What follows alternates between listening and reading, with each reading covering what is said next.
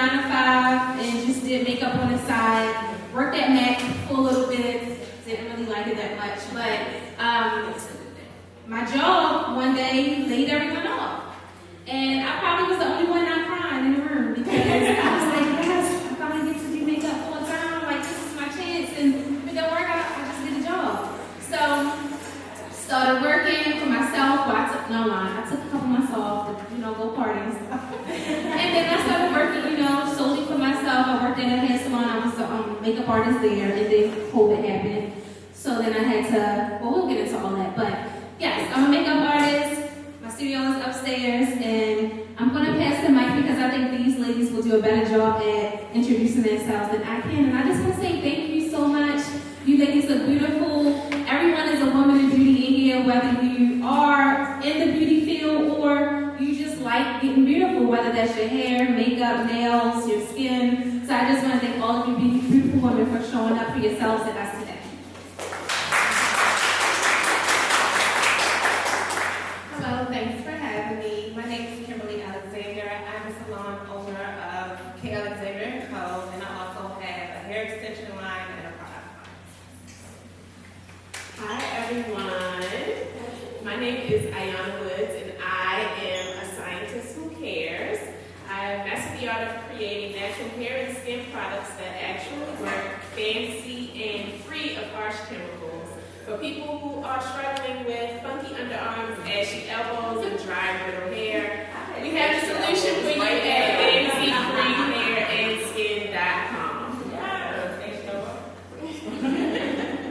Good evening, everyone. My name is Nikita. I am the owner of NKV Skin. I'm a licensed esthetician, a mom, a wife, and all of those other great things. So, yeah, my business actually started with a passion 4 years ago to help aid in residual income for educational assistance for my daughter who has sickle cell disease. So that's how my business came to be. Thank you, ladies. Thank you. Give these ladies a round of applause. I'm so happy that I got a chance to get ladies that are in different fields of beauty because, beauty is just a full range of different things.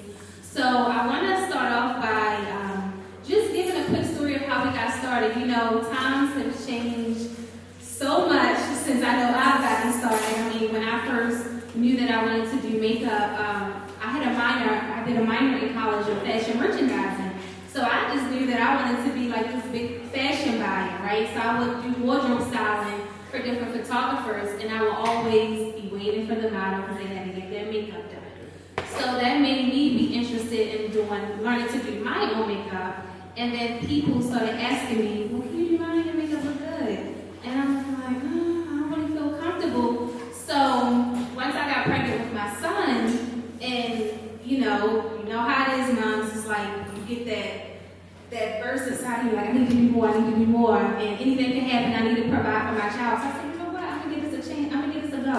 So I took some classes while I was pregnant in the house, waiting for my baby to pop out. I took classes, and as soon as he came, I started practicing on my friends and family and doing faces for $40, $50, and then so forth and so forth. So that's how I got started.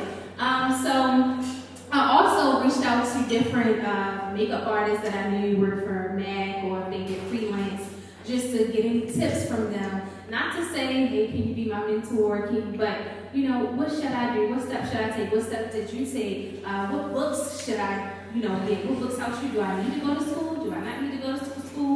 So that's how I got started. But if you ladies could share how you got started in the beauty industry. Ooh, child. I'm 20 years in, so I was actually that little girl who went and got her hair done with her mom every 2 weeks. That was our thing. We got her nails done, we got her hair done. And it was this one girl that lived across the street from my grandmother, and she was doing our hair. And I remember her saying, I go to Carver in cosmetology. And I just was like, I'm going to Carver. I wanted to be a cosmetologist. And that's really what I did. My story wasn't really that easy though, because in high school I wasn't as focused as, I'm not going to say I should have been, because when you're young, you're trying to find your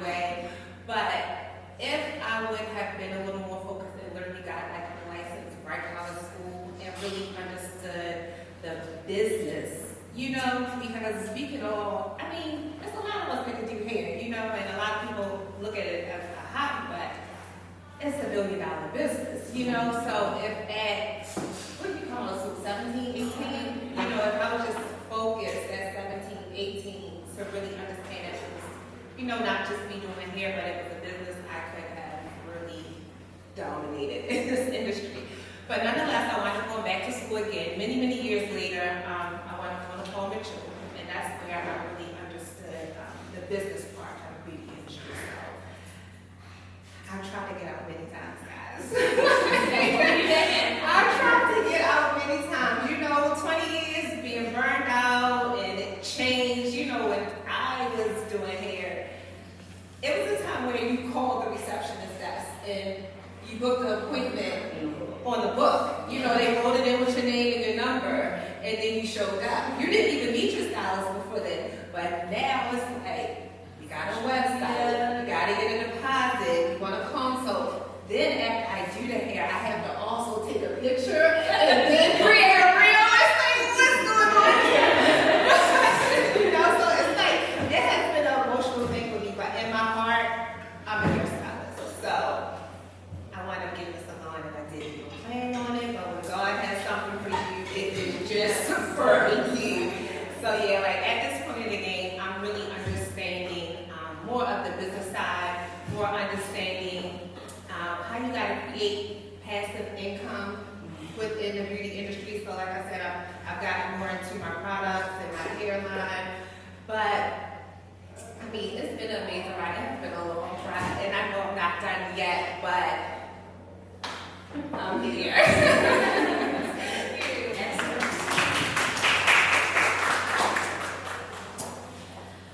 How did I get started?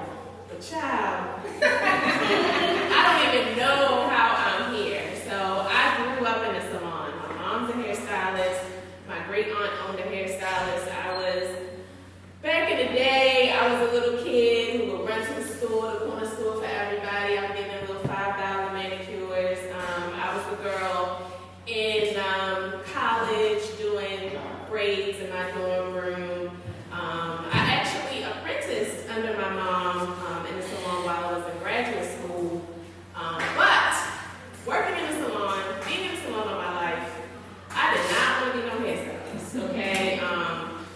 You know, I did hair, and when you on your feet, you make a lot of money, your back be hurt, you don't even got no energy to go have fun, okay? My passion was healthcare. I wanted to be in healthcare, so I got my degree in medical laboratory science, and I became a specialist in blood banking, and I managed a blood bank for 7 years at University of Maryland Medical Center Midtown campus. But I still knew how to do hair. I was doing my own hair, and when I grew my relaxer out, I couldn't find products that worked for my thick, kinky hair. And I'm buying all this stuff, and I finally found something I liked because I knew exactly what my hair needed. And I looked at it, and I ordered it from this girl. She's shipping it to me. It's coming to me all crazy. And I looked at it, and I was like, I can make this myself, right? So I started making it myself, and I'm doing my own hair, and Fancy Free actually started off as a natural hair consult business, which meant that as a scientist in a hospital lab, how many of us know what a medical laboratory scientist does? Anybody know any medical laboratory scientists? Anybody ever been to the lab in the hospital? Yes. Exactly. Nobody knows that. Nobody knows what medical laboratory scientist does, which means that I was fostering my introvert. Okay, I didn't want to talk to people. I just go in the lab. As a manager, I go in my office. I sign my papers. I, deal with employees. But so when I was getting a lot of questions about my natural hair, this is like 2010, 2011. There's not a lot out there. I would give people 3 questions to ask me about my hair. The 4th question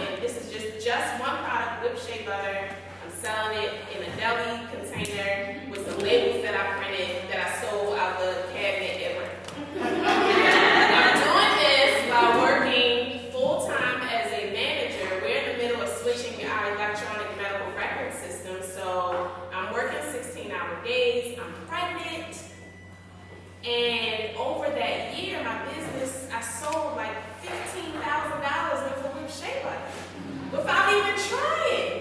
And I was like, wait a minute now. I'm pregnant, these people getting on my nerves. So I had a nice little talk with my husband, which eventually led us to planning for me to quit, not go back to work full time after being on maternity leave. And I took the leap, and the parachute appeared.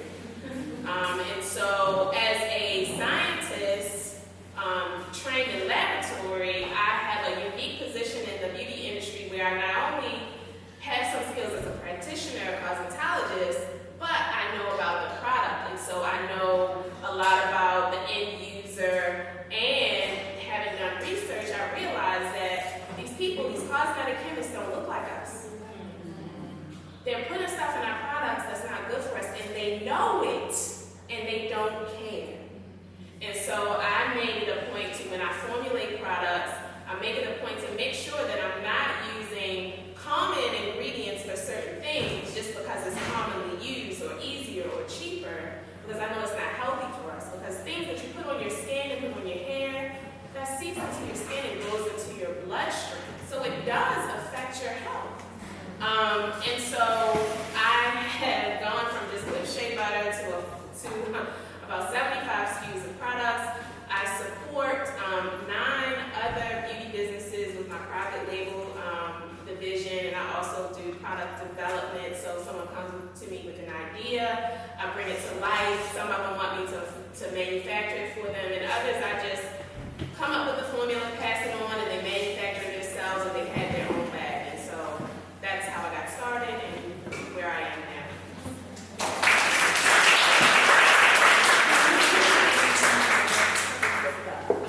I expanded my factory. She just fussed at me.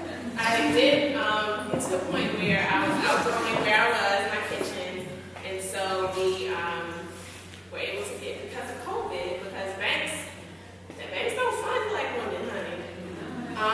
And so COVID, I was able to get enough funding to expand our manufacturing facility to 1,800 square foot.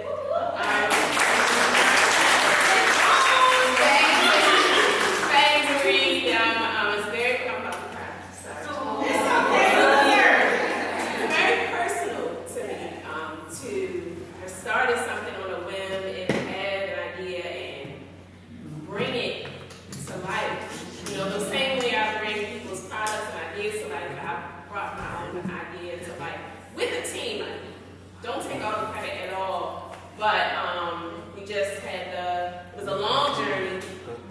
I'm in court now, dealing with trifling contractors, but the project is finished, and we shared and celebrated with our close friends, because it's not a very large space, but I think there's something, thank you for reminding me that we had the ribbon cutting for the fancy factory 2 weeks ago.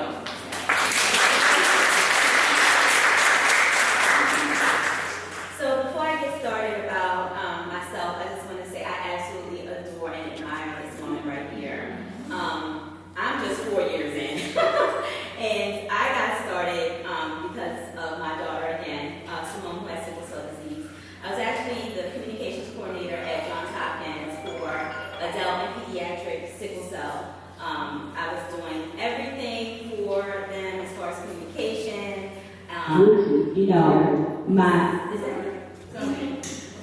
So my husband and my daughter have sickle cell. So my husband goes to Hopkins for his care, and just being able to be well versed with sickle cell, and I was just like, oh, this is what I'll be probably doing for the rest of my life. Well, COVID hit, and my daughter, we needed to put her into a different type of learning facility, taking her out of public schools just because of her sickle cell. So I was like, well, we need a little more income to come into the house. And, working at Hopkins, they're a great institute, but the money was just not there. So I bottled up some facial oil, became certified in natural skincare, and I said, oh, okay, I'm gonna, put this online. I think I made a GoDaddy account. I facial oil, and it sold out in 2 days. I was like, oh, okay, because my friends and family would be like, how do you make your skin look so young, youthful after the age of 40? And I was like, oh, I have this like facial oil. So people were coming and purchasing it. And then when COVID hit, I looked at my husband and I was like, I made these products and I made more than I made at Hopkins. And I was like, I'm going to go to esthetician school. And he was like, what? Mind you, I was 44 years old at the time. And he was like, what? So like we sat down with the financial officer to make sure that it made sense, like financially, because I'm not a spring chicken, like if this is going to happen, it's got to happen. So we crunched the numbers, we looked at what I had in retirement, all of those good things. And I resigned from Hopkins and I went to Aveda Institute of Maryland. And on my 45th birthday last year, I graduated from Aveda. So I had, all of these array of products, serums, moisturizers, and things like that. So I believe, knowing the physiology of skin and being able to have products really kind of put me, over the top. So, I was just like the lady was saying, things just come to you. So, I'm in the community a lot. I do a lot of community things with sickle cell, very involved. And so I participated in the mayor's virtual community vending thing. And so someone emailed me and said, we have this project that we have with the Downtown Partnership of Baltimore with Shalonda Stokes. And we think you would be a good fit for you to, put an application in. I was not thinking about a storefront at all. Like, that was the furthest thing from my mind. I'm like, I'm just going to do e-commerce. That's what I'm comfortable with. But like I was saying earlier, during COVID, e-commerce, it took me over the top. Because people were wearing masks, they were calling me about their skin, and I was really thriving. And I was like, wow, even with the little help of my mom, she was helping me a little bit, and always in my inbox, and it just made me go. So I was like, why not? Why not try to try out for this? Why not me, right? Why not me? So I went ahead and applied for this. Out of 400 applicants, they were only picking 5 people. And so, I had no idea about finances. I didn't know anything about all of these things, like attorneys, business modules. I just knew I knew how to make skincare and I knew about skin. So, I applied in front of a panel, and, at the end of the day, I was selected, and I was one of the inaugural booths winners, which was the Black-owned and operated storefront, Tennessee. And was able to get a brick and mortar in less than a year of becoming an esthetician. So, yes. Right in the heart of downtown on Charles Street. And so, I think about, my journey, and someone said to me before, everyone's journey is going to be a little different. Some will start out in the beginning, and like I said, I'll be 46 on my birthday, and I'm like, what am I doing? Seriously. But, it has been a tremendous roller coaster up and down, climb, doing a build out, learning the ins and outs of businesses, and just keeping going on forward. And like I said, my family really stood behind me. The reason for my business is the passion for my daughter, and so I think that's what kept me thriving. And so that's my story in a nutshell, and I'm just so blessed to be here and have this opportunity with these ladies this evening.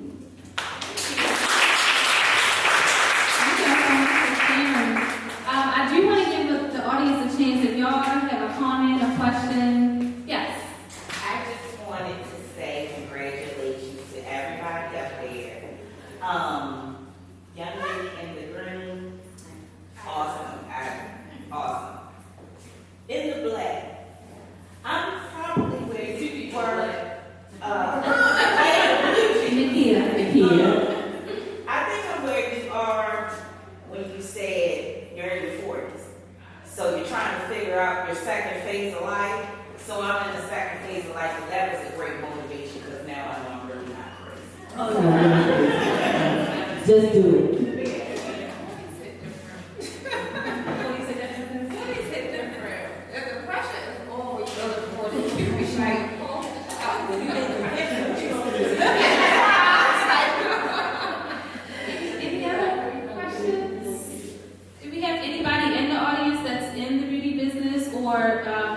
to get into the beauty business? Okay, what do you do?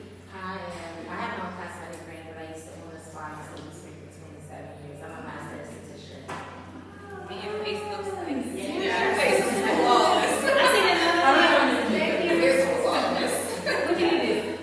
I'm a licensed cosmetologist, and I own a beauty supply store. Yes, I remember.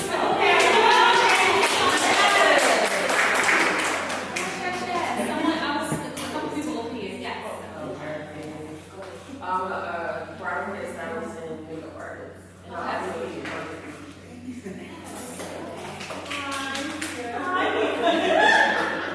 I'm a senior cosmetologist and freelance makeup artist. I'm Beyonce. I'm a master medical nail technician, and I have 26 years of experience. Yes. I'm a licensed nail technician and also a hair producer and this baby. Yes, Sierra is right upstairs, next door to me. She's my neighbor. She does wonderful braids and nails. And so, oh, I'm sorry, there's someone else. Hi, my name is Nikita. I have the skincare and cosmetics. I'm not a licensed esthetician. Yes. I don't do hair. I have a passion and a love for Of the course. makeup industry. So I do have a brand called She's Love Skincare and Cosmetics, as well as a radio station. That we kind of do all of that out of one location.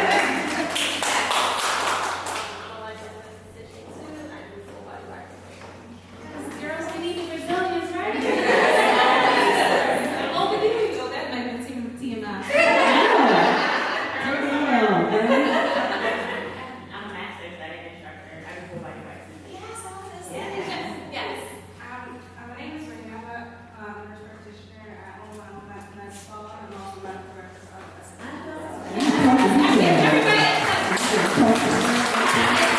the reason why I did that is just a soft little, icebreaker because these events is for everyone to network. So, feel free to go up to each other. You hear someone that's in your field, that's not in your field, you might want to collab, you might want to go use their services. So don't hesitate to, network with each other. And the next point I want to touch on, I heard someone told me, I'm not sure if she's here, but Omar said one of his students was coming here because she wanted to become a makeup artist and she didn't know where to start. Is she here? No? Okay. But I use that because I want to ask the ladies here if it's one thing that you would like to tell someone that wants to get started in your field of beauty but don't know how, what would you say? I can go first. I would say as far as makeup, if you do want to become a makeup artist, if you know someone who do want to become a makeup artist, I would say figure out what your signature style will be. What do you want to be known for? It's so many different makeup artists, right? You have bridal, you have special effects, you have, so many different makeup artists, and so many different makeup artists are known for different things. So I'm known for natural glam. You wouldn't see on my page cut creases, a lot of glitter, a lot of Halloween makeup, and those are not the type of clients that I attract. When people come to me, they're really showing me the same type of pictures because that's what they see, that's what I post, that's what I do on myself when I wear makeup. So stick with your signature style, and you want to stay up on the trends and stuff, but still stick with your style. Don't let what everyone else is doing, deter you from what you're secure in. So that's what I would say. For me, mine is pretty simple. I just would say start. Yes. You really just have to start. Because what you like today or what you're into today might change tomorrow. What you do not know today, you may know tomorrow, but you really just have to start. When you start, you'll meet people, you'll grow, you'll get there, but you just have to start, and most important, be consistent. I was definitely getting ready to say that, but since you already said that, I think getting started is very important. And when you get started and people are seeing that you're doing things, you're going to get pulled in all kinds of different directions. And the industry changes. Minor details about the industry always changes. But the one thing I will always say, keep in the forefront is remembering why you are doing what you're doing. A lot of brands get messed up because they forgot why. And as long as you keep why in the forefront, no matter I went from selling shea butter to being a formulator, but I know why I do it. And so I'm true to my brand. I'm very transparent about why I do these things, and just keeping that at the forefront. And so you remember yourself as you move forward and your business changes direction, and as you grow in your business. Keeping that why at the forefront is very, very important.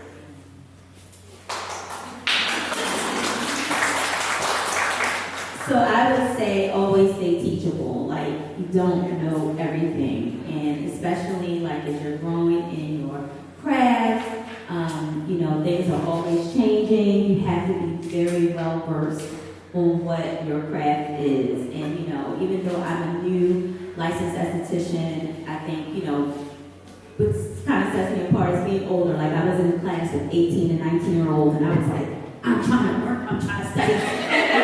This is for real for me. But you gonna take time. I think that's it. Just always be open to ideas. Don't be stagnant, and always remain teachable. That's good.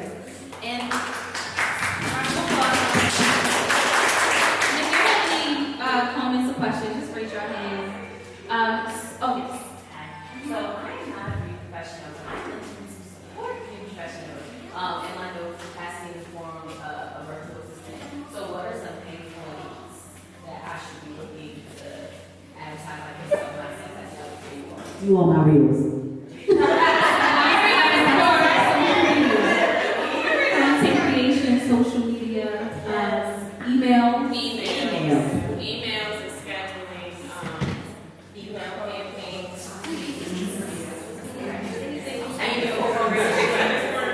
You watch makeup practice?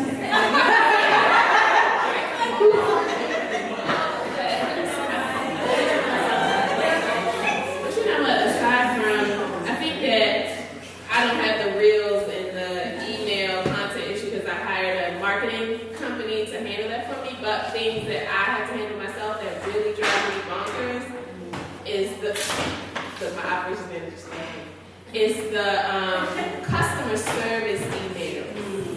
So responding to those individual, like my back office is all automated, okay? I don't even schedule something. It's connected to my Google Calendar, and if everything is automated, but those customer service emails, those requests, the people, another reason why I don't want to do hair, like people be peopling. And so the customer service email, just finding a way to, being able to bill for that, because I don't get a lot, but when I do, it can mess my whole day up. So that's for me, a virtual assistant. Yes. Oh, okay. So I want to do like a copyright infringement. And I had a part that really would you be able to break it down or you can find me one that's closer because they're wholesaling, having a wholesaler lately. And I really Bring it to me, my child. I will fix it for you. I will fix it for you. Actually, yes, that's a lot.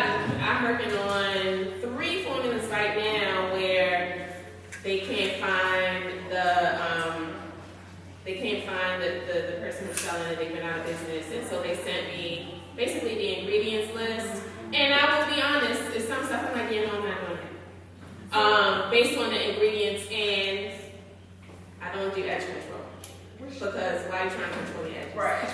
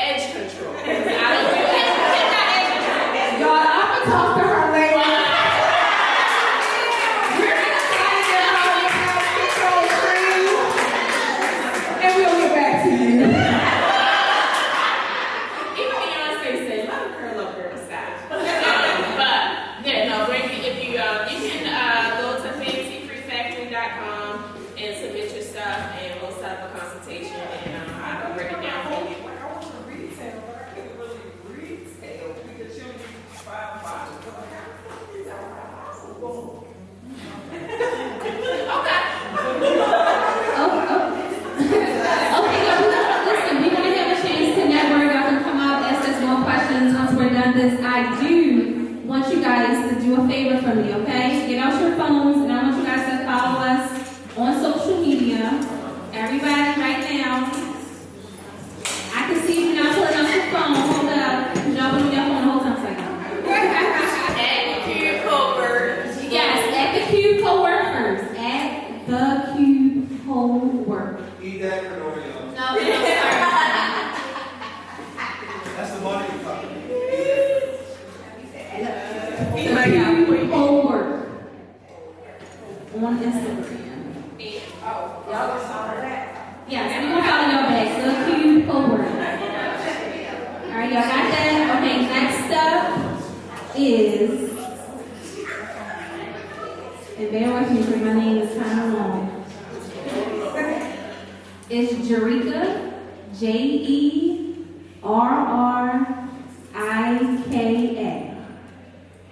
Y'all got that part? Jerrika. Chambers, yes. So you may see Jerrika Chambers pop up and Jerrika Chambers Beauty. Go ahead and follow both of these. Jerrika.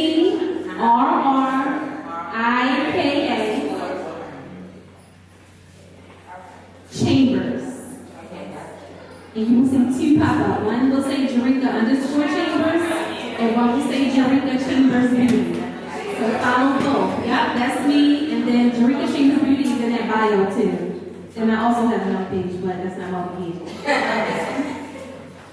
All right, y'all got that? Everybody got me? Okay, all right, now. Go ahead. My IG is K Alexander _ and AND. Oh, I was kidding. It's K Alexander _ and AND _CO.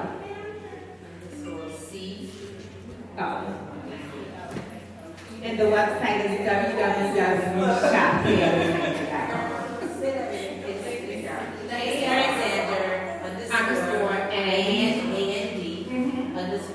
CO. I'll get it later. I'll get it later. Maybe not in my 50 something. All right.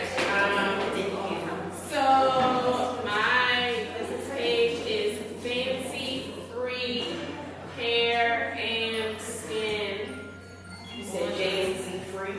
Fancy Free, like Fancy Free and Footloose. Yeah, Fancy Free Hair and Skin.com. Fancy free hair stuff.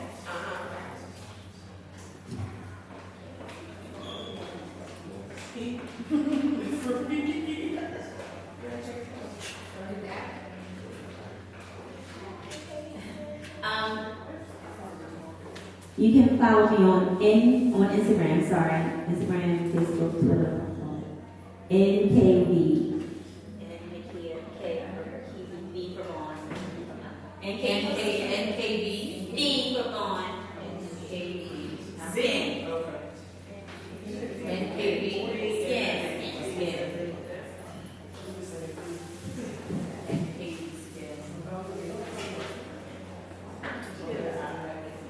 Anybody else got Instagram posts? Their names they put out there?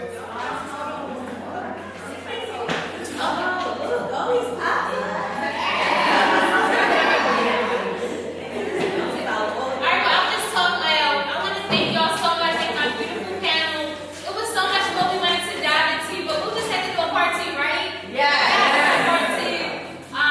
But if y'all want to come up, follow us, DM us, ask us more questions, let's connect. And it's just, I'm just happy to see all these beautiful faces.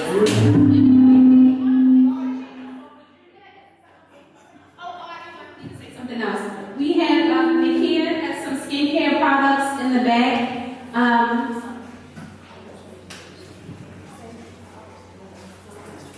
Okay. Nikita has some beauty skin products in the bag, so go check her out. Don't forget you can get your free headshot. And then Kim was so nice to bring in a care package. We're going to figure out who gets the lucky prize. I may give it to the first person who registered, if they're here, not sure. But, yeah. And I just didn't have it in me, y'all, to bring products to the event. But if you go to fancyfreehairandSkin.com and use code MAE at checkout, you get 10% off, and then we will donate 10% of the proceeds to the National Association of Mother.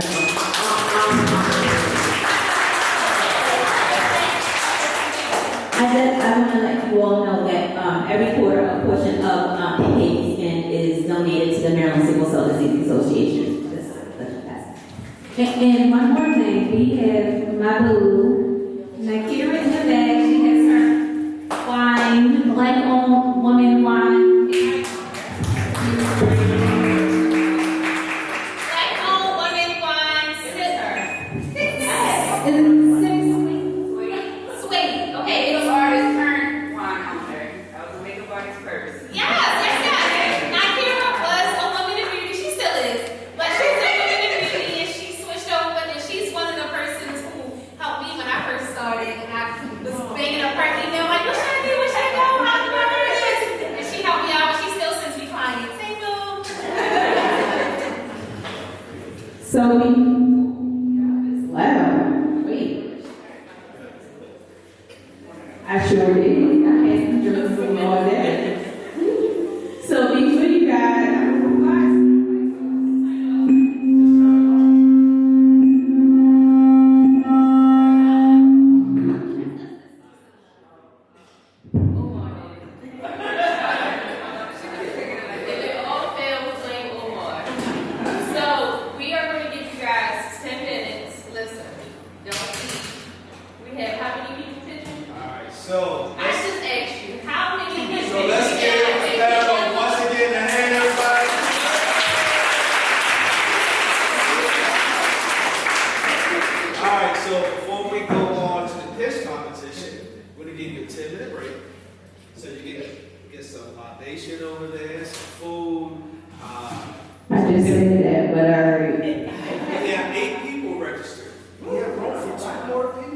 is there anybody else that want to pitch that did not sign up? Speak now or forever hold your peace. All right, so during the pitch competition, you want to tell a story about your business. So you have 3 minutes. 3 minutes, and then you have 3 minutes to respond to Q&A for the judges. All right? Say it. Like, are you getting money? No, are you pitching for someone to venture? Like, what's No, this is more to say university money. So, it's not venture capital. It'll just go towards your business. It just goes for experience. No, because some people pitch and they don't get money. Right. Like, you gonna get some money tonight? I know that, yeah. You need these. No. Yes. All right, so here we go. So, He needs you on the mic. can you hear it now? Oh, that's loud. You can't walk in front of the speaker. You gotta stay there. Stay right here? No, I'm saying no. You stand there. I'm saying, but you can't go too far out from the. Right here. Yeah, you can. Not there, but here. See, look. See. See. I told you. How's this? But you can't see me, right? I can spin the camera. Oh, you want to spin it? So here we go. Right here. All right, so here is how the pitch competition is going. So you have 3 minutes to pitch your idea. So what the judges are going to look for are a couple things. What problem are you solving? What's the solution? So what product and service do you have? Who's going to buy your product and service? So who's your customer? How are you going to reach your customers, and how will your customers find you? So marketing and advertising. And then management. Who's on your team? But most importantly, what will you use the money for? All right, so what do we decide? What did we decide on? $1,400. So we're only doing 2 winners today. All right? I feel good. Like that rosé is making me feel good. may have to add some more money.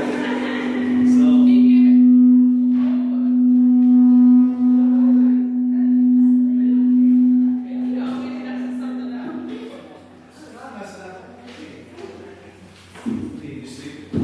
Alright, so, alright, you got it? You're gonna be reading everything I just said one more time.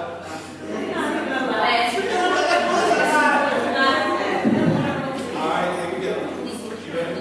Everybody ready? So, problem. So, what problem are you solving? What's the solution? So, what's your product or service? Who's going to buy your product or service? How are you going to reach the market? And how will the market reach you? So, what is your advertising marketing strategy? And then, who's on your team? I'm assuming it's solo or two-person operation, but who's on your team? And then the last part is how you use the money. We good? So just tell your story.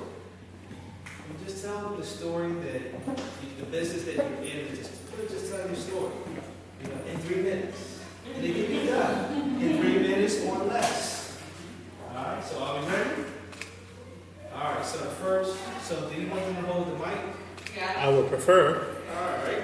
So Dr. Austin and Dr. Tamara, they're doctors, so you got to listen to the doctors. So they need you all to hold the mic. All right.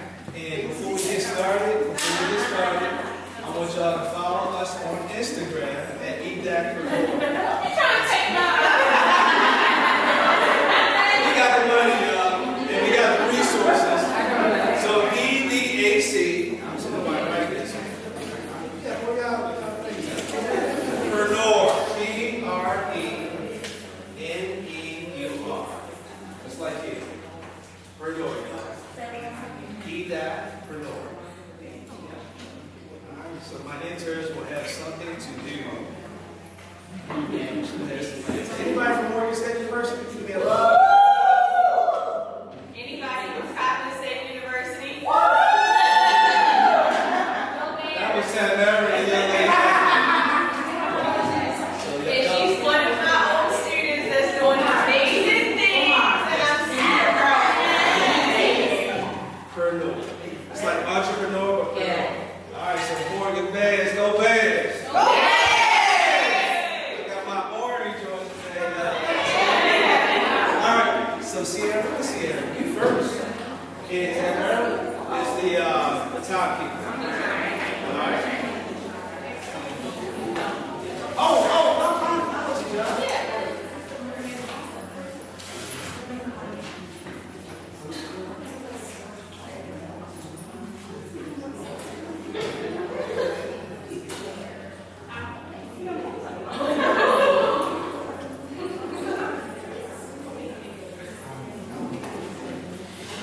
so let's meet the judges. Oh, I can't. Introduce yourself first. So let's introduce the judges.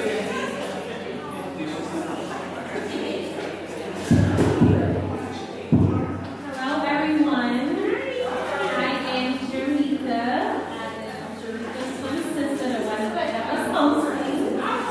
Yes, I'm Nikita.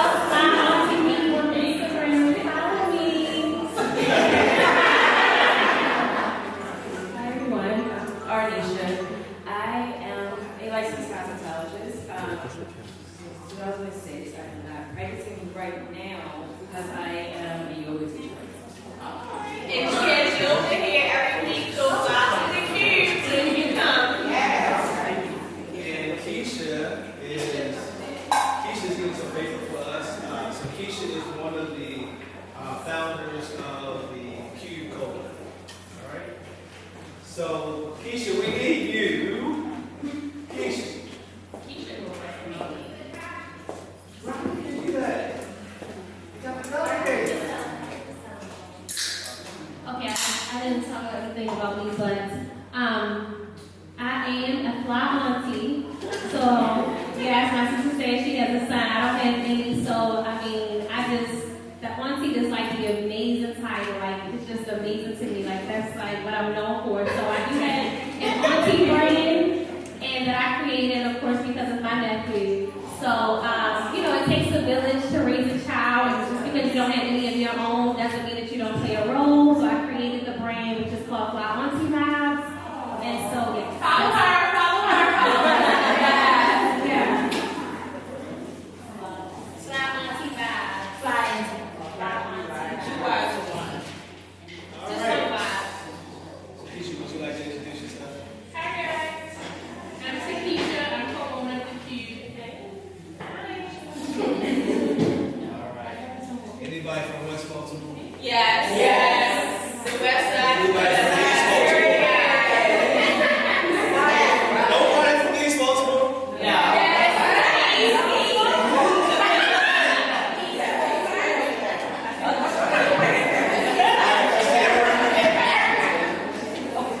So give a hand to the Sierra. That was a big hand clap. Y'all give it up for Sierra.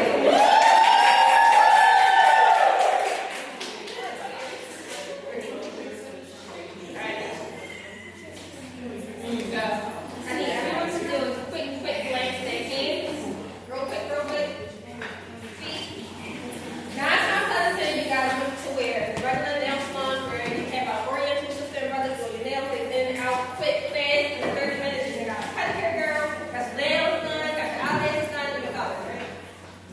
I'm a licensed nail technician of 12 years. I have been in school doing this, and in our school, we have always been taught to give you the ultimate spa luxury experience. I am wanting to open up my own nail salon, which is going to cater towards people being underneath of my license as an apprentice teaching young women to become a nail technician. This is going to cost me around $152,000 to open. I am already looking at a building, and it's around 1,000 square feet, which is right across the street. I am talking to him right now in order to open up the salon, just to give back to our young ladies, and also to teach them that when you go to the salon, you're supposed to go there to feel luxury, luxury experience, not in and out, one way, two way, bit, and go. And also there's a communication barrier with us and being in the salon nowadays. So I also want to bring back that feeling of, I just want to be pampered. I just want to make sure that somebody can be able to talk to me, because nail techs, that's not it. Nail techs are also the person that you vent to about all your problems. So I want to be able to take that feel back into the spa experience and be able to get back to a more relatable experience with young women and young ladies, and also teaching young ladies that you can be able to do this. Understanding that high schools do cater towards problem solving, because not everybody wants to do hair. Some students just want to do nails. Me being a licensed nail technician for 12 years, I'm able to bring them underneath my license and have them a license certified by the state of Maryland and get them on their way. Nail techs today, a survey that said they're starting off at $32,000 a year. So think about your high school student, y'all might coming out of school, working in an environment around people that she looks just like or he, being able to learn and also start a career. And maybe or may not stay in nails like I have been. I'm also went to school and got a degree in science, so I'll be a pediatrician. But this is my passion, and I wanted to share it with everyone else.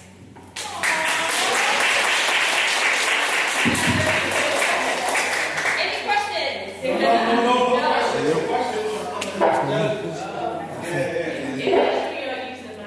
We're recording. All right, so judges, you have 3 minutes. Judges, you have 3 minutes. Yeah, 3 minutes to start.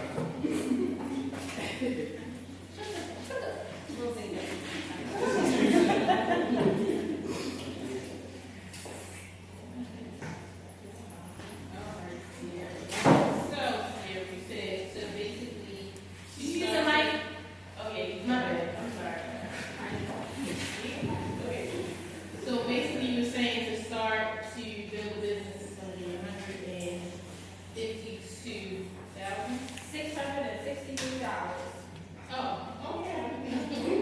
So how can you work out what that costs? So that's going to be the first 3 years. That's going to be the first 3 years of rent, included with the supplies. I want to bring in 3 pedicure chairs, which is going to be the plumbing system where it's tightest, just coming one way in, one way out to decrease any type of jet circuit that's going to transfer between my clients. And also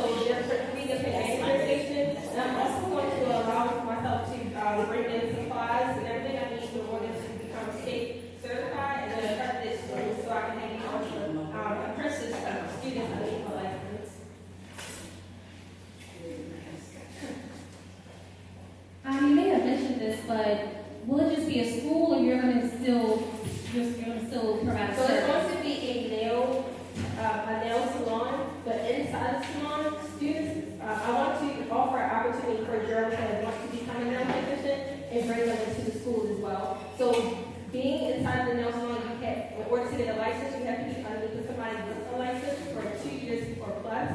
But also being inside the salon for 40 hours throughout the week, and them being inside the salon, they don't have to go out and also go to school, but then come into a salon and have their practical hours. They can be both within inside the And how will they find out about this? Like, how are you going to watch it? So right now, I am a breeder upstairs and a licensed nail technician at the Q. Everybody knows me from high school being a nail technician, so I have sort of a following. So a lot of my clients that are older women that have children, they're always asking me, hey, can you teach my daughter how to do this? And me being the professional I am, I tell them, no. Right now, I can't teach them because I don't have the space in order to teach them. I just have a small office space upstairs. But because I want to expand and get them on board, I tell them this is a matter of time. I want to be able to teach a child, and if we can, just baby steps. What your financial plan to reach your goal? What are your steps after you reach your goal, you move into your building, and want to teach your students? What are your financial goals going to look like, and how you plan? So once I'm able to obtain the building and start running the school, it takes 2 years to become accredited to be able to allow students to apply for financial funding or financial aid in order to be a school so I can expand and become a franchise. So my ultimate goal is to start this small school and to also reach out and franchise my own school. Because as of right now, it's only one black-owned business that has a nail school, and it's another woman who's not of our color, and she's doing an amazing job. It's like the light always shines on her. It's like I want people to know that it's other women in this field that are just like us that wants to be able to reach out their hand before we make up this. Time.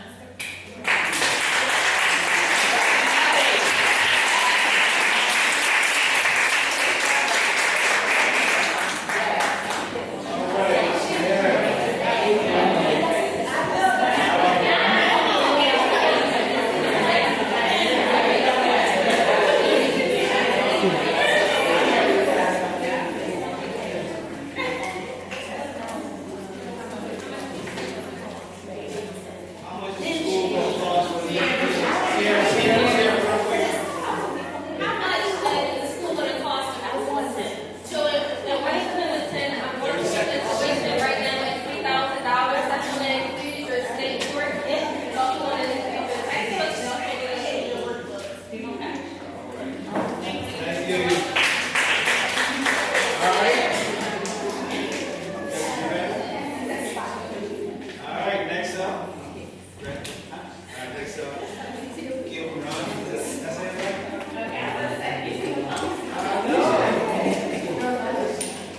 Oh, y'all must be right there.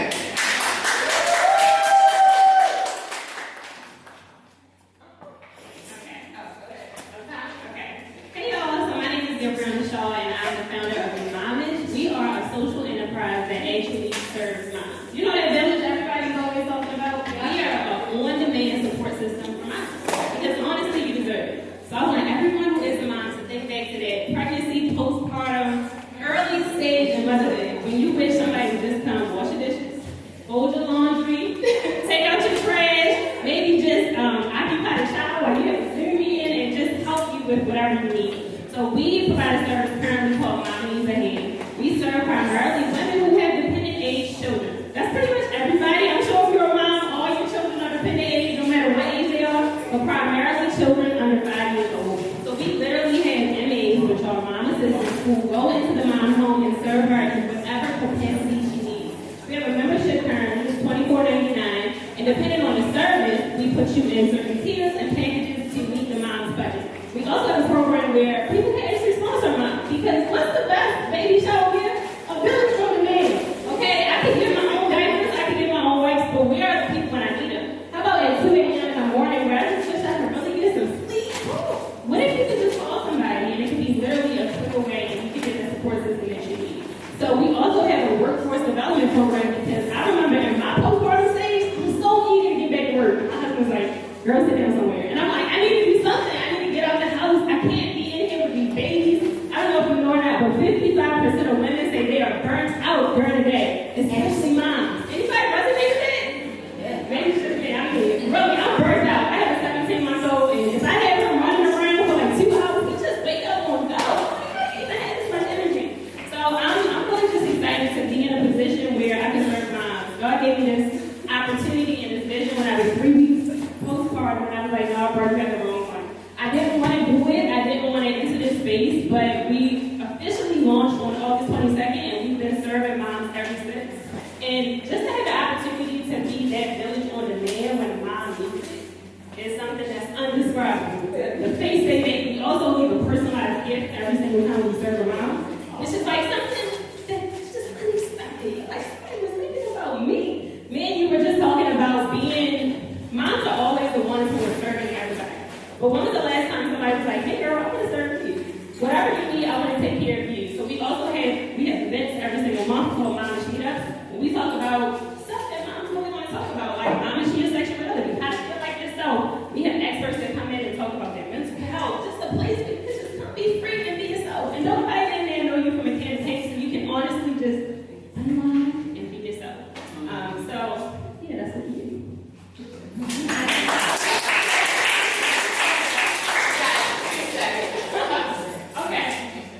Oh, and what I plan to do with the money, really quick. What I plan to do with the money?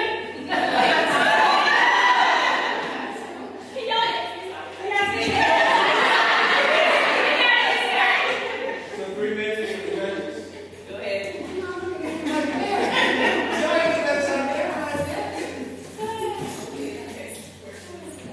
3 minutes to start. Go ahead. What do you plan to do with the money?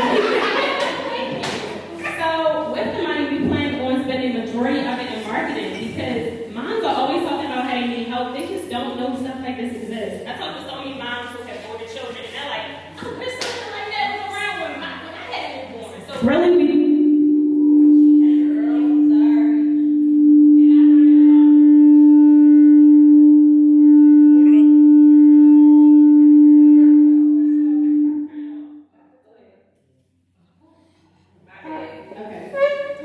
We already are in the process of creating a commercial. We have 2 moms who are going to be in the commercial, and they're just going to be, we're going to be showing what it's like to have motherhood needs, because that's our whole slogan. We believe every single mom deserves a village on demand. So we want to portray that in a commercial-like form, and we're going to spend the majority of it on marketing. So we're going to do video ads like commercials. We also want to sponsor some moms, which we have already done, but that's a form of marketing for us because we'll get video reviews from these moms that's going to tell people what it felt like when someone came to their home and served them in this capacity. So we're going to do all video marketing because that's all that's hot right now. There's no point in doing any other marketing besides like video. That's the main source of advertising that we use. So are you paying these other moms that are providing service, and if so, how much? Yes. So, depending on how much the service invoice is, so it's 3 different packages. Right now we have $30 an hour to $35 an hour. So that includes like really light services. Usually we serve moms for about 2 hours. So that's washing dishes, folding your laundry. We may do 1 or 2 closets. And then we have like another service at the very bottom. It's like mom needs a lot of help. That's $40 to $45 an hour.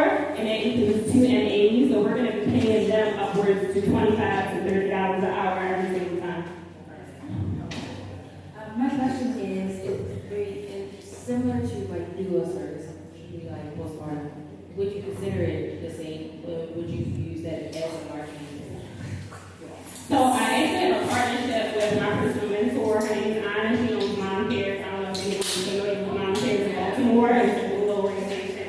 So we are creating partnerships. We don't want to be all the resources. There are so many wonderful mom organizations in Baltimore, and we just plan to create partnerships with them. So when the mom is looking for resources, like we had a virtual open house, she can see everything that's available for her. If anybody's like me, when I was pregnant, I was on YouTube every day, on Google every day, trying to find out where the resources are. But we have virtual open houses every single month, so we plan on creating and keep growing like our partnerships, so we can expand the whole category of what moms have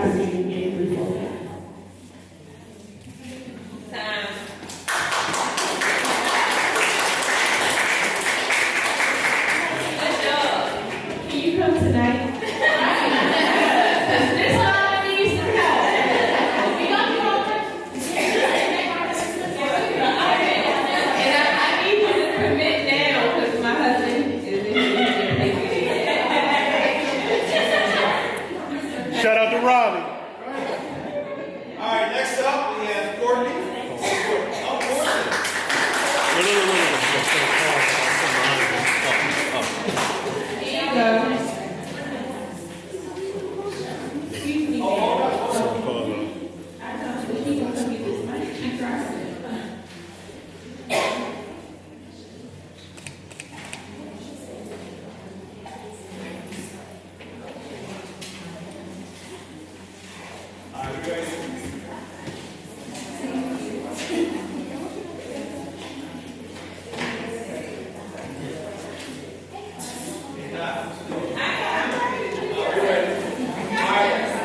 Courtney?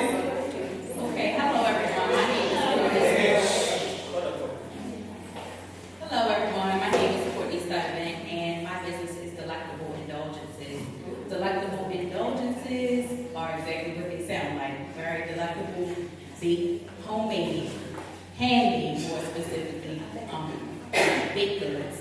And these baked goods are your grandmother's, your wildest dreams, quite frankly. These are all homemade recipes, passed down.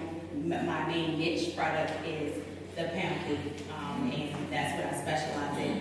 When I was in college, I attempted to do things like decorative cakes and fondant and all those types of things, and I really found that homemade cakes are the things that are missing from our repertoire. And so that's what I specialize in.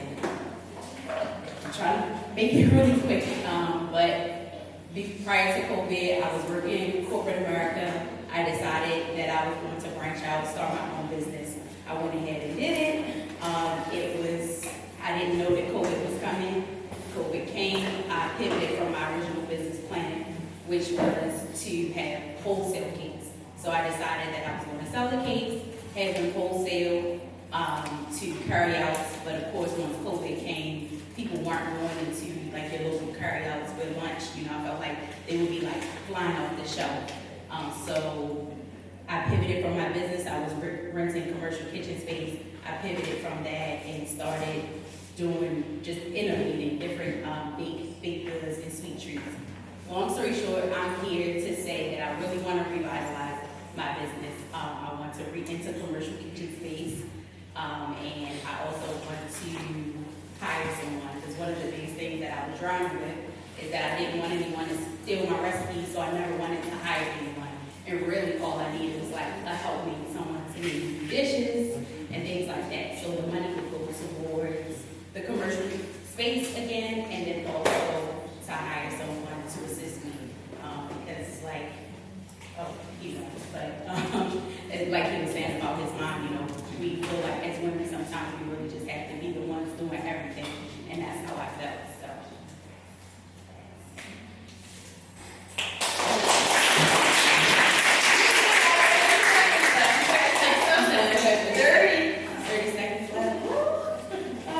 So aside from pound cakes, I also make cheesecakes. As far as the innovations, I did breakable eggs, and so the breakable eggs was a candy coated with candy inside, with a candy coat, and then the kids would take these little mallets and break the eggs.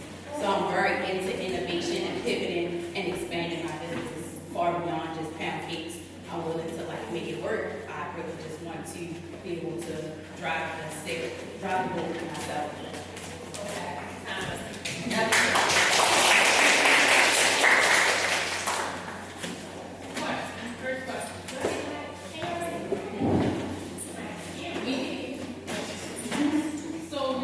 What's the price ranges for your desserts?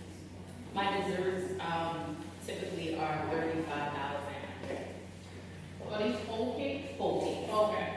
Whole cake, yeah. So what would you do with the what are you looking to start? So right now I go back into commercial kitchen because I stopped. I started in 2020 and stopped around June 2021 and went back to corporate. Okay, so you just want to get back into a Right, commercial commercial space. Right now I still do home-based baking, but I would prefer to. Well, in Maryland you can do home-based baking, but not if you're doing wholesale. So I still would want to do wholesale as well as consumer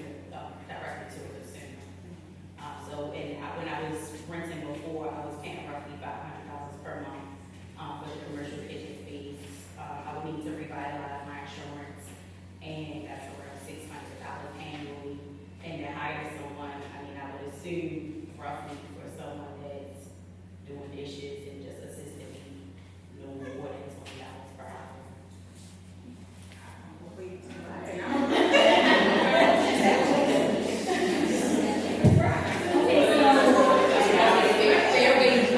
So with the $500 a month, $600 annually, $20 an hour, and you're only charging $35 I need to go up on Friday.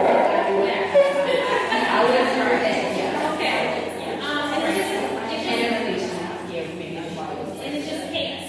You said cheesecake. Town cake, cheesecake, but handmade desserts, because So I did who's your- innovate the handmade. Who's your target audience? Like, are you looking like I know you said before, you were looking to put it into the carry out and stuff like that. But now, like, are you just selling to individual people? Yeah, more so directly to the consumer. And I want to have more of a model where I'm coming to where they are, pop up, especially now, still with COVID around, still with all these other things going on, where I'm able to go out to the consumer. So the main thing is that the space is for me just baking, but I really want to get out and go to the consumer. And do you already have a platform like right now, like where so you have clients? And Yeah, I have a strong client base. So before I even had the commercial kitchen space, a lot word of mouth, my church, just, I have a pretty big.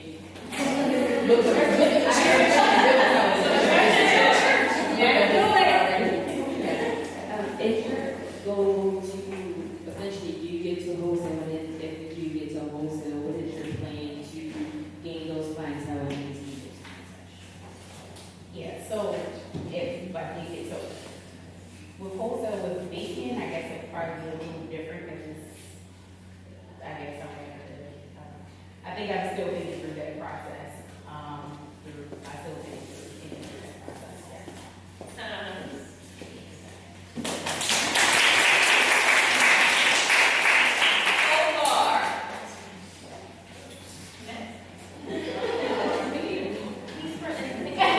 I was trying to make copies. All right, next up. Virginia? Did I say it right? Yeah, I said it right? There you go. Give it up for Virginia, y'all.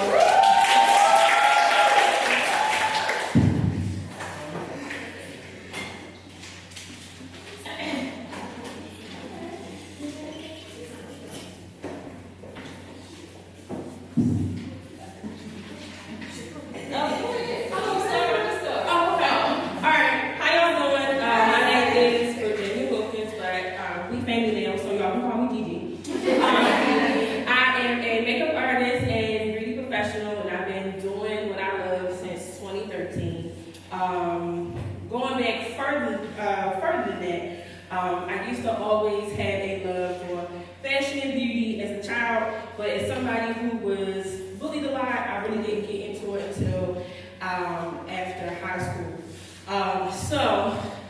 One thing I did notice throughout my beauty career is that me working in retail as well, I've always been asked about product recommendations. So, what's good to take off my makeup? What's good to put on before I apply makeup? And I've always been fascinated with the prep as well as aftercare. So, COVID happened and my business completely ceased because, as a lot of you know, especially in the beauty industry, I was just doing a base. So if you need your makeup done for a funeral, your grandmother, graduation, whatever, come on, let's get it done. But because of COVID, for one, nobody wants to get anything done just because of being in close contact, but also because everything was shut down, nobody was doing anything. So for me, I fell in love with content creation more during the pandemic. So I started doing my videos that just gave off tips and education and things of that nature on Instagram. And a lot of people always, again, were still asking for recommendations. So my idea is to come up with a line of aftercare products and before care products before makeup. I've always been really big on education. I used to work for Sally's for about 5 years, and there I always was the product recommendation person, especially somebody who is with natural hair as well. So my goal is to come up with kind of like a network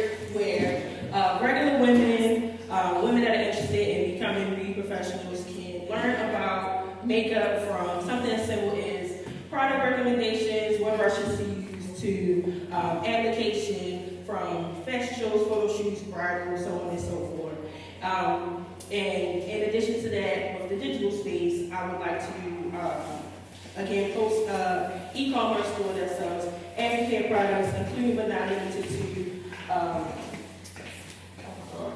brush cleaners, makeup remover, setting sprays, foundation primers, eyeshadow primers, so on and so forth. And with the money that I will be getting today, I will be using that to buy a new computer because the one I have is the one on this last leg. And as an entrepreneur, that is the one thing you need is something to connect yourself directly to the internet. Also, someone else makes questions.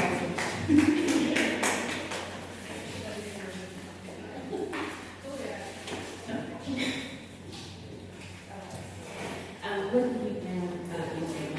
I know you mentioned a computer, but as far as product recommendations, how do you think it will help you on the Okay. So I've always had a love for, again, like I said, content creation. In high school, I gained a certificate for interactive media and video. So I plan on not only using the money to purchase a computer, but to also hire a social media manager so that I can focus on the education portion of my business. As far as the video production and things of that nature, I've always been head first in that portion of my business. So I would love to have someone to kind of just be there to post those particular things that I have, but leave me on the forefront as far as video and editing and things of that nature. Writing before I even start doing the prototypes for the product themselves. So as far as the products, have you done any research in regards to their price points and things like that? Yeah, so currently right now, I have been doing just some small research in regards to private labeling. Currently right now, for my bridal clients, I do offer an aftercare kit. It's just a small kit with products that I recommend that are already on the shelf, of course. But it is a small kit, and they range from $50 to $100 based on the needs of the client. And so my goal is to come up with my own products so that way it will be more catered to whoever is in need. Versus me just, although I'm good at it, versus me just referring somebody else to products that's already given. I know you said that you are a content creator, but how are you marketing? Are you just marketing via social media? Is that the only way you're going? No. So currently right now I am building my email list from past and current clients. In addition, I'm going to do things like this where I'm meeting with different professionals, and the Lord must know I needed to stay in the break. But I feel bad because I follow you on Facebook, so don't kill me. Yeah, so going to networking events like this. Also, I've been going to a lot of expos for bridal business and things of that nature. This is like the next 2 years. Ooh, okay.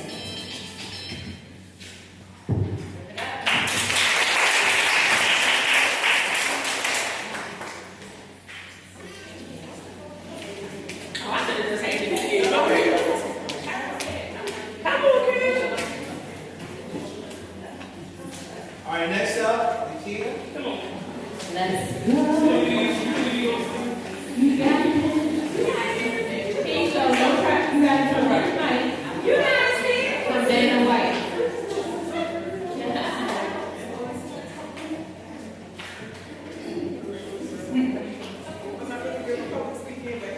You can do it. Got it.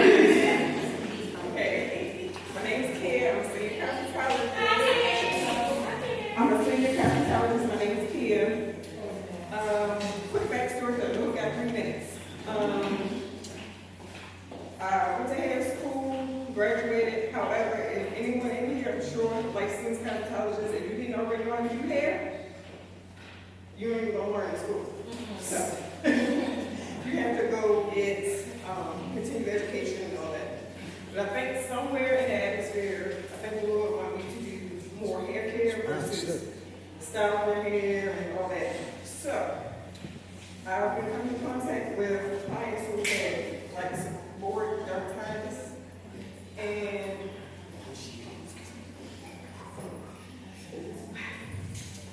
so I've come across some oil that I want to make my own without copyright infringement. And this Ayana can help me figure out how to make my own. I started retailing this particular black woman. She's black owned. She's in New York. Love the products very much, but it's very expensive for me to try to retail it to my clients. So I was selling it for how much? What it cost, which was $25 a pound.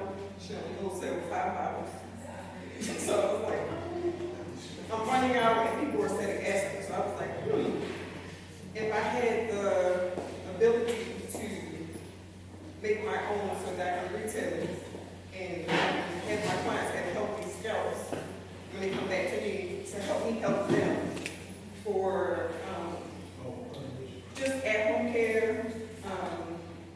It's better for the client, of course, and better for me because I don't have to work as hard to get my scalp clean. But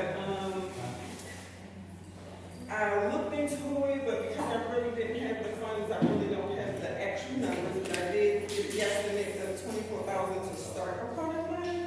I don't know how much it costs to start it, and I feel bad because I wasn't prepared for this. It's all right. But however, I'm really into the hair care portion of my business. I'm mainly word of mouth, not really good with my reels and my Instagram, but I get my clientele from people saying, she's the only one who can get my scalp clean, she's the only one who takes the time, she's the only one. So that's how I retain my clientele. So, what you want to do in there? Oh, let me get the money is figure out the actual numbers for Miss Ayana. Make my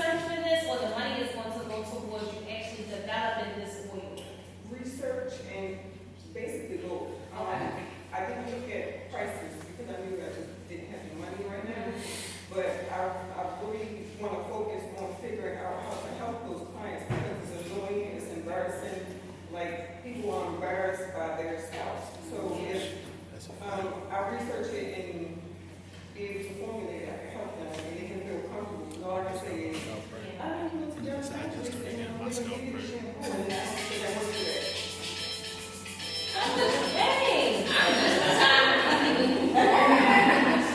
Y'all don't gotta fight me. This is not a question, but I just want to say that if I had someone where I say no to Instagram and stuff that well, if I was able to see it, if I could see someone like, wow, she has it, and I was able to use this and clear it out, I would be right with it instead of scheduling that dermatologist for it. So maybe that's something we need to look into, maybe get it into social media work. That was a confidence. I don't think she Yeah, no, I wasn't answering anything. I'm not trying to get beat up here, you know, we want to roast that.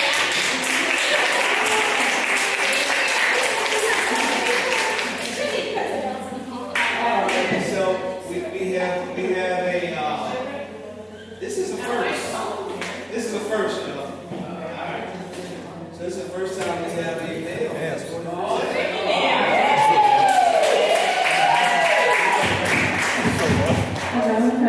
What's your issue, baby?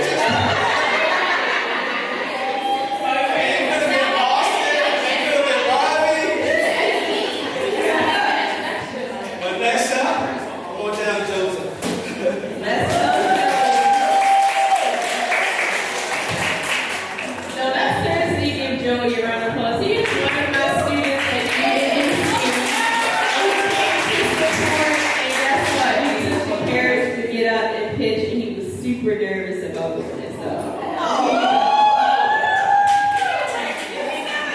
And I'm the best professor you've ever had. So my name is Joey, and I started my business when I was 15. Actually, out of my bedroom. I started off with this. My business is actually called Boot Care. It's about taking old tech and making it more modernized. Most tech that you throw away or you think is damaged is not actually the case. A lot of it can be refurbished with minimal parts. A lot of it is usually like a $40 fix, and if you take that computer over to a Microsoft store or an Apple store, they're going to charge you a couple thousand. They're going to recommend you, instead of getting your part repaired, buy a new one. That's not good for the environment or your wallet. And with my business, that can be good for any scholars, any entrepreneurs who need computers or systems or development that they don't have the access to. Most of the computers I purchase are around $20 to $30 a piece. I spend about $20 to $30 to put a new hard drive in it, a new RAM, and give it a new operating system. And I can sell it with about $100. That gives me about 40% profit, and that is good for both the consumer and the environment. I recently, like I said, I started when I was 15, and I currently run it out of my dorm room. I'm in my second year of college. The money will go towards getting my LLC and opening up a better storefront, such as my own website. Currently, I run it on eBay, and they take a really high profit. They take about 10% out of every single sale. And currently, I have 255 reviews. I have no negatives, and I've made over $2,200 in sales in just profit.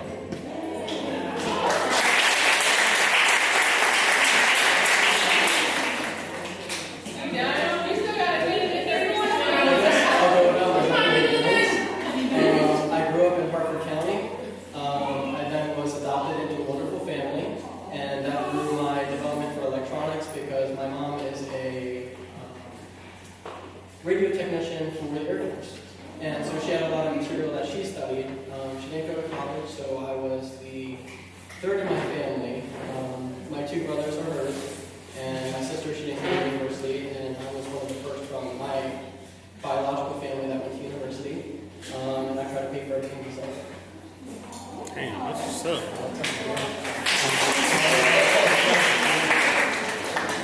That's that. All I know is I got 10 computers in that and I need you to fix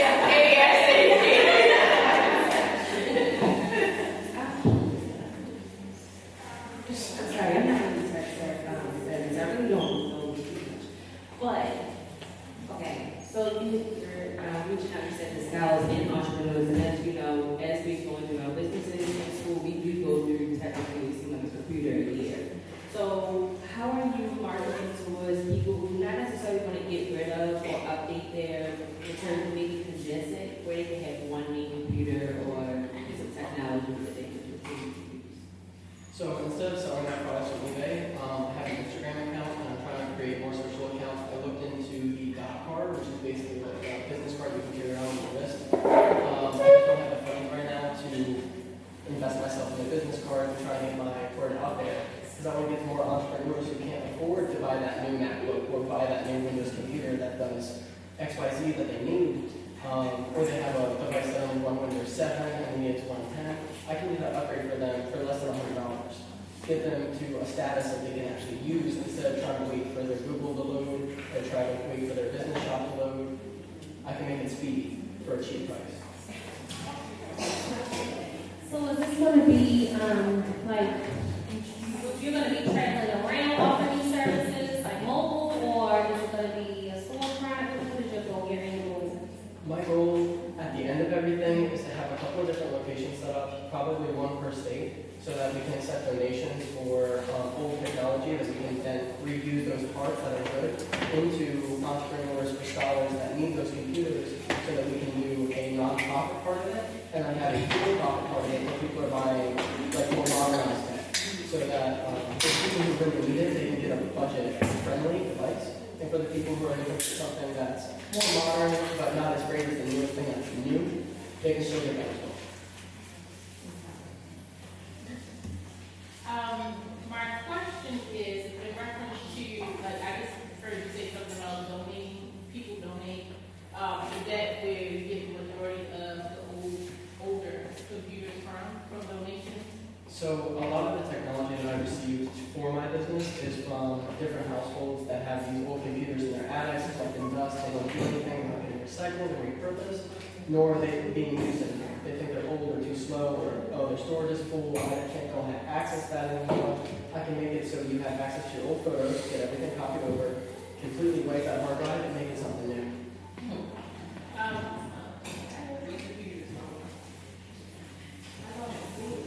How are you marketing? How are you reaching out to these individuals that have these old computers and things like that? I usually, honestly, the first customer that I had was actually an Uber ride.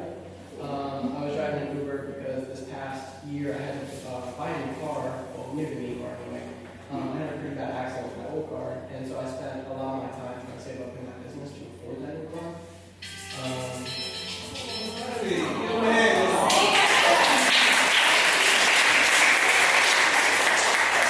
All I know is I can't wait until 2 Tuesdays from now when we're back in class. I have 3 computers I'm driving to church.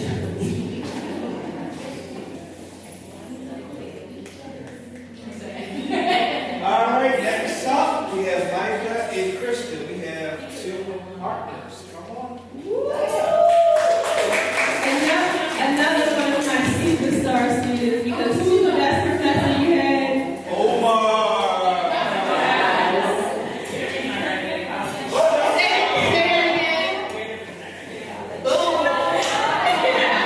I did great work, y'all. Hi, I'm Micah Ashley. I am founder and co-owner of Black Label Study Studio. And I'm Kristen, and I'm owner of Royalty Beauty Bar, but we'll get into that in a second. Okay. So during COVID, of course, most beauty entrepreneurs were shut down. So Chris and I came with the idea of we're stronger together. So we are in the process of actually combining our businesses and becoming one big entity. So Black Label Study Studio is located in Louis, Maryland. It's actually a luxury skincare studio for people of color. We specialize in waxing and skincare. So everybody's hot on chemical peels. Everybody doesn't need that. So our biggest thing is going into education of what your skin actually needs and ways to get you there without actually harming your skin and giving you a chemical peel. Because that's not always your last resort. You don't always have to do that. And Kristen is an amazing waxer, and I'm going to tell y'all about it. So Micah actually met at European Wax Center where we learned how to do speed waxing. But working there, you don't always feel like that care you need when somebody's staring down at you. It's like quick, and the lights were bright, it's just like, it's a lot going on in there. And then, you have to be finished like in a quick amount of time. So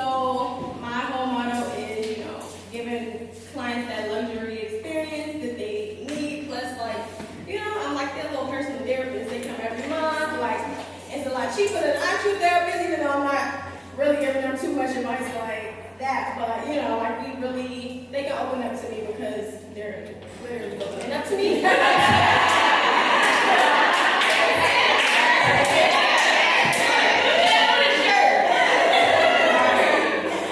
So, you know, me and Mike come together, like we watch one another. It's, you know, we just knew it would be a good idea. We also have the same accountant, which, you know, we try to merge it all together the proper way. So I feel like, you know, with these funds, it'll definitely help us with like the fees that we need, using Black Label Aesthetics instead of Royalty Beauty Bar. So just dissolving that business and, you know, marketing, all the things that we need.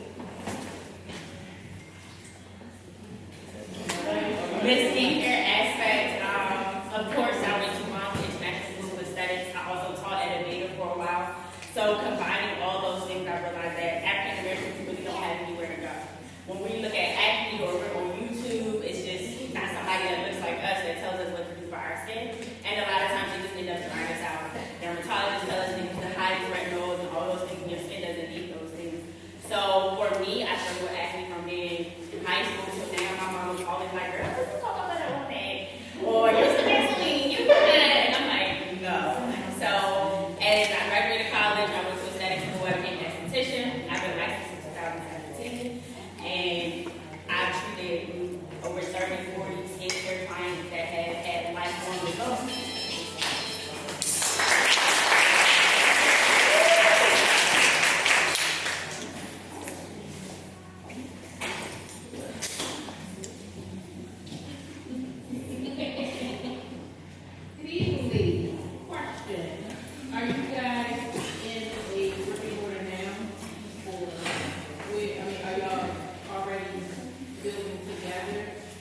So we both have our own studios, but we're currently in the process of looking for a storefront.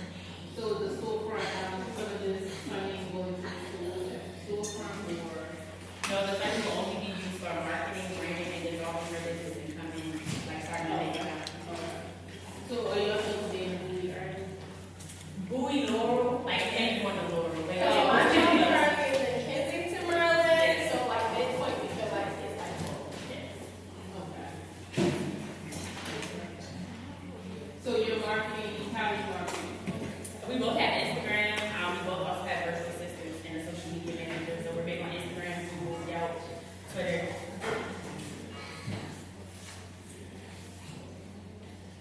Do you have any numbers, like what your costs for, say, dissolve our business, how many more business you have research like that? We haven't done much research on what it would cost to dissolve our business. What we have done is like research on opening bank accounts. So we know we need at least $100 per account to open up. So we're looking at to open 5 to 6 accounts at one time. So we know that's going to be $600 and the rest we can use for whatever we have that comes up.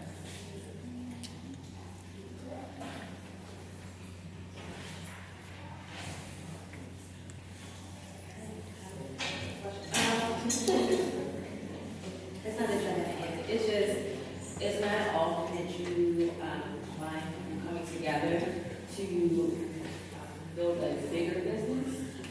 So I guess I could ask, so far, what has seemed to be your biggest challenge, and how do you feel like you can get over that? I think just like coming to the determination that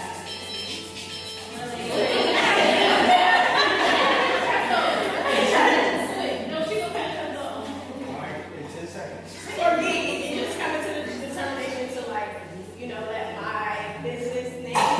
Like, you know, I've been doing it for, I've been in business for like 3-4 years now. So, you know, like, I have like a little following, you know, a little something. So just transferring it over, like I fear like losing out on clients sometimes, but I also like in the grander scheme of things, it's a better opportunity.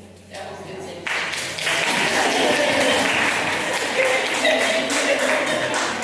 All right, y'all, we down to the wire. Twins. That's right. That's my twin. That's how we do this. That's how we do this. All right. So we down to 2 more people. So we have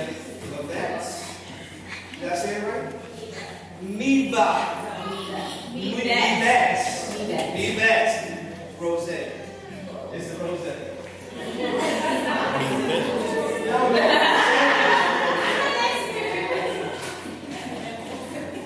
Y'all can give it up for us. Hi, my name is Nikita Garcia, Connecticut. My grand's name is Nicolinda, and I started when I was 16, when I grew up in a predominantly white neighborhood, and also it was suburban. So there wasn't a lot of beauty supply stores where I was at. The closest one was either Sally's or Walmart, and they didn't have much for me anyways. So at the times that I would be able to get there, I would always stock up. But I also ended up having heat damage in my hair, so I would always straighten it.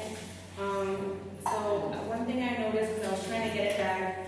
I noticed that the bonnets were really thin, so I took it upon myself when I was 16 to make my own reversible bonnet. It was gifted to me when I was 16 years old, the sewing machine. So that was actually the beginning of the pandemic. My birthday is in February, so March is when everything closed down. And I just posted it on a private Snap story that I made this, and people started texting me about it, so I started doing that. And when everything closed down, it actually gave me the opportunity to learn if this is really what I wanted to do, if this is what I wanted to pursue in my life. During COVID, I actually was able to make my website, get a mentor, and also I had, my school had a business program, so I was able to enter the business capstone, which I did graduate with. Currently now, I sell hair accessories from do-rags, bonnets, headbands, and also hair like bundles, wigs, and tape-ins, as well as, I also try to do clothing, cosmetics. I also am a makeup artist as well. My dream is to have a beauty supply store online because there are so many girls that are like me that are in a suburban area and they don't have a beauty supply store close by. And there's also girls who just don't want to leave their house. They just want to be able to just order and it'll come right to them and it takes care of them. Also, my biggest dream is open a beauty supply store back home because I did know I am a minority, but there's a lot of us still there, and a lot of us still have the same issues, so there is clientele there. And I live off of a very busy road. I don't know if the Boston Post Road is also in Maryland, but that's like a super busy road where I'm at, so that's automatic commercial and clientele.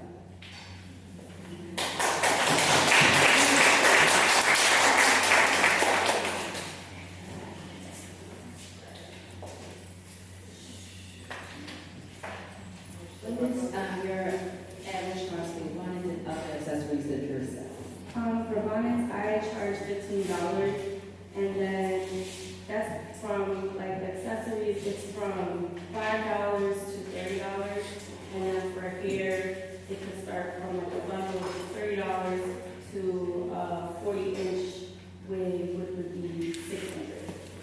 Do you feel that your prices, are they where you feel like they're maintaining you for now, or you feel like you've already reached the pricing that's going to help you get to your online store that you're doing? It's obviously like a afford now thing, especially since I'm a college student, and right now my market is also a college student, so I know not everyone can afford really expensive things.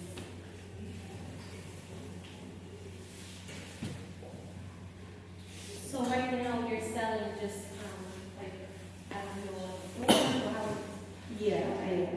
And I still have a website. I just want to have like products like Miss Jessie and stuff like that to be able to have on the website.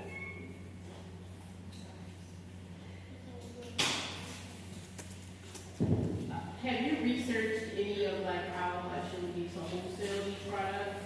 Yeah, so since I live in Connecticut, New York is really close by. So I did take some time to go visit New York and see. So there's a vendor fee, which is $100 just to have the membership, and then it's like the wholesale prices, which could range from like 50 cents for 100 eyebrow razors to $20 to $50 for a flyer. So but that's just like a product, like you were saying, you would like to sell like this dress. Have you researched how to, the price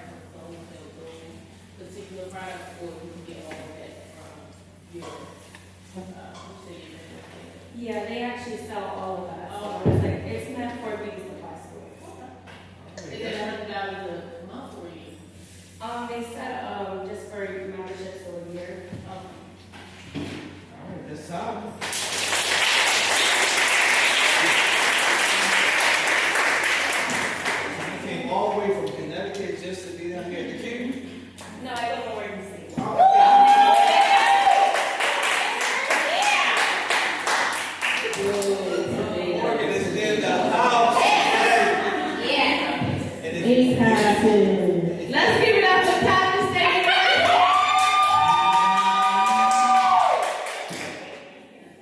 Yes. All right, our last contestant is Kim. So give it up for Kim.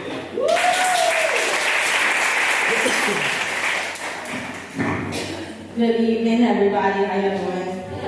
I'm Kim. I'm Pinky Beautiful. Currently, I am a nail technician. I've been so for 6 years, and my goal is to open a nail supply store / classroom into the Woodlawn area. How many of you guys are nail techs? I've heard a couple of y'all are nail techs. Sierra? Nobody else? Oh, you're a nail tech. Okay. So most of the problems that we have as nail techs in Baltimore is that we only have one small little nail supply store in Kingsville, but we have to order from different sites, which can rack up shipping fees, or we have to drop all the way out to Falls Church, Virginia, or to Laurel, right, thank you, to buy nail supplies. So I thought that it would be great to have a black-owned nail supply store in the Woodlawn area. We have beauty supply stores, we have black salons. So that is my ultimate goal. So the other part of the business is a classroom. I spend, and I'm sure, I don't know how many of you guys are, cosmetologists or makeup artists. We try to keep up on our trends and, the new fashions that are in the industry. And we go and take classes. We spend $900, $1,000. I think the most I paid for a class is like $1,200. But I go and pay $1,200 and then I go and fly to California or to New York or to Miami to go take my classes. So I thought that it would be great to have some of these people come here. I've taken classes with Sean Legend, who is renowned Khloe Kardashian, Sierra. He's their personal nail tech. I have a personal relationship with Bernadette Thompson. We have worked in New York Fashion Week together, and she has released a nail line, and she's, my mentor. She's looking to collab with me to put a class down here so you can learn all the other avenues to being a nail tech or be professional, not just being in a salon, but you can do a lot of things with your skill that you probably don't even know about. Editorials, your fashion week, photo shoots, and all that kind of stuff that pays hundreds of thousands of dollars a year. So I wanted to bring that to the nail techs in Baltimore, but not just, I wanted to start here, but I also wanted to franchise. My mentor is also Quentin Lathan. I don't know if you guys know him. He's a beauty supply store. He owns a beauty supply store on Charles Street, and he's putting one of those for a shopping center. He helped me get started with my business. The money will be used to put my business into Equity, which is a crowdfunding platform that will allow me to raise the rest of the $250,000 that I need. It's $300 a month to place your business on there. All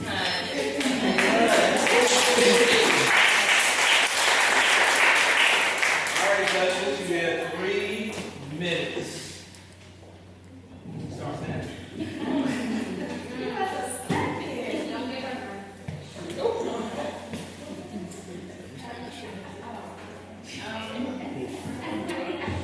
Okay, so I know you said that you have traveled to attend the classes. So do you plan on using your travels and your connections to also market for the people who may not actually know about these classes or can afford those classes? Or how do you plan on marketing to gain the other nail techs for the community?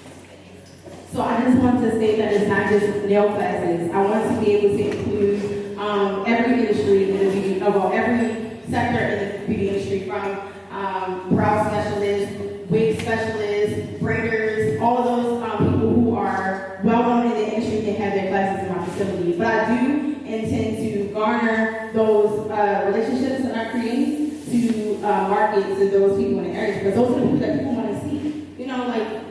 We want to see an Alonzo here from Atlanta to help us do a wig class.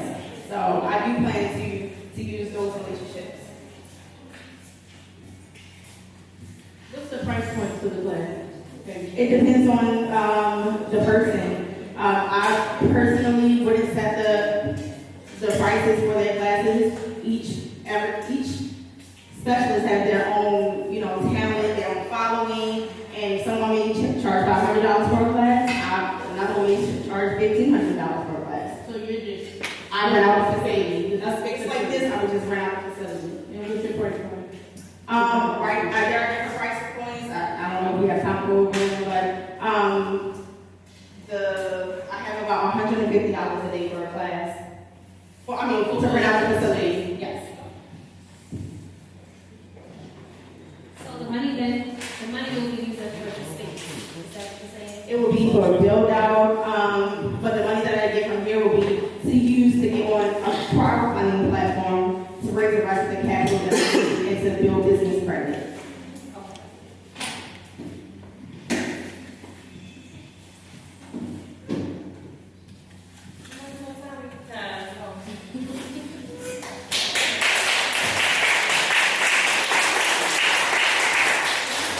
All right, y'all, this is how we're going to do this. Judges, if you can take, let's get up for the judges, y'all. Let's give it up for all those individuals who pitched. Okay, for about 5 minutes. You all can deliberate to see who's going to win this $20,000. And then this is an opportunity for you all to do some networking. So meet each other, talk to each other.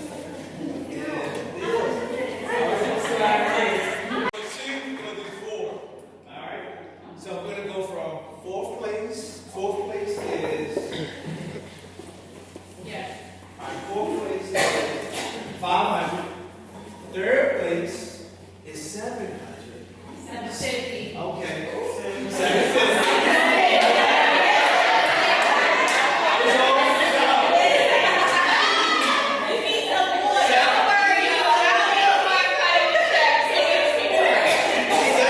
Second place is 1,000. My table, okay, 1,000. And first place will be 15. 1,400. All right, so we'll finish.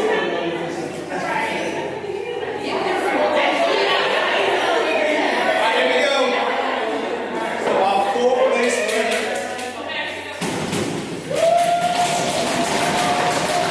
is Babette.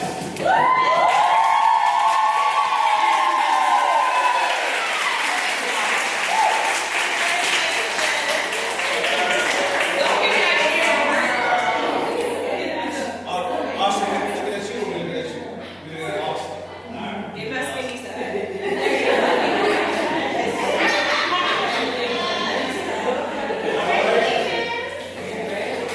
Third place. Third place. Third place. Give your heart up. Give your heart up.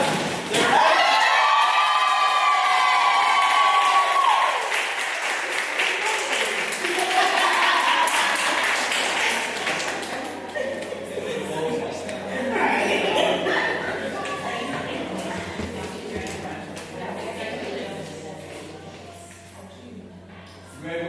Here you go. All right. So, first and second place winners, they get something special. They get a plastic check. They'll get a plastic check. And they can take to the bank and get cash. But you have to go to this bank called We Accept All Currency. I'm serious, there is a bank over by Morgan. It's by Morgan. Yeah, we accept all currency. So if you got this. So first, second place.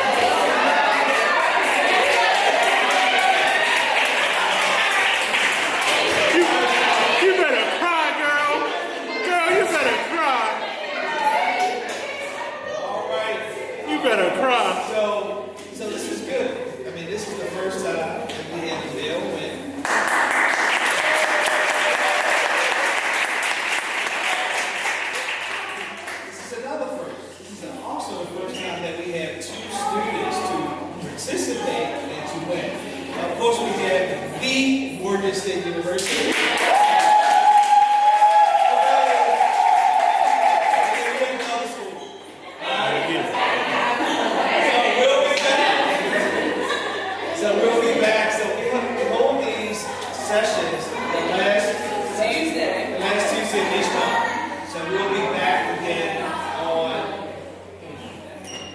October. Go back in October, y'all.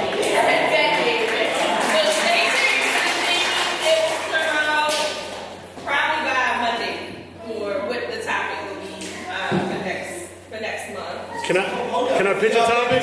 Can I pitch a topic? Yeah, go ahead. I pitch a topic. How about spousal support? What is it? Spousal support. The ones that how to emotionally and psychologically support your significant other.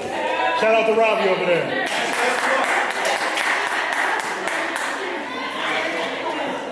All right, so we'll let you all know. But if you have some ideas for future will be on these topics, please do not hesitate to email us. Jerika has one more prize ticket. I have a giveaway. Thank y'all so much for staying to the end. One question, whoever raised their hand first, get to win this lovely gift package from Hey Alexander. We have edge control.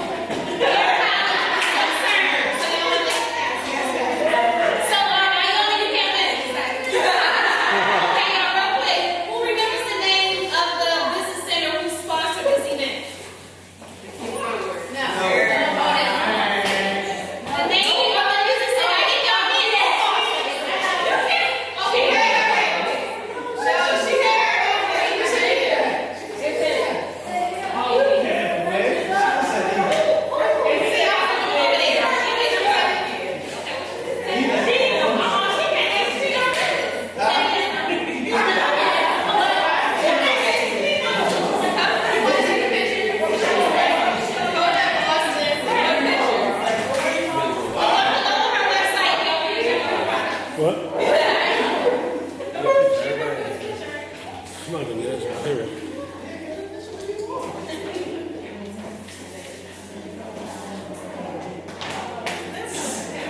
Look at all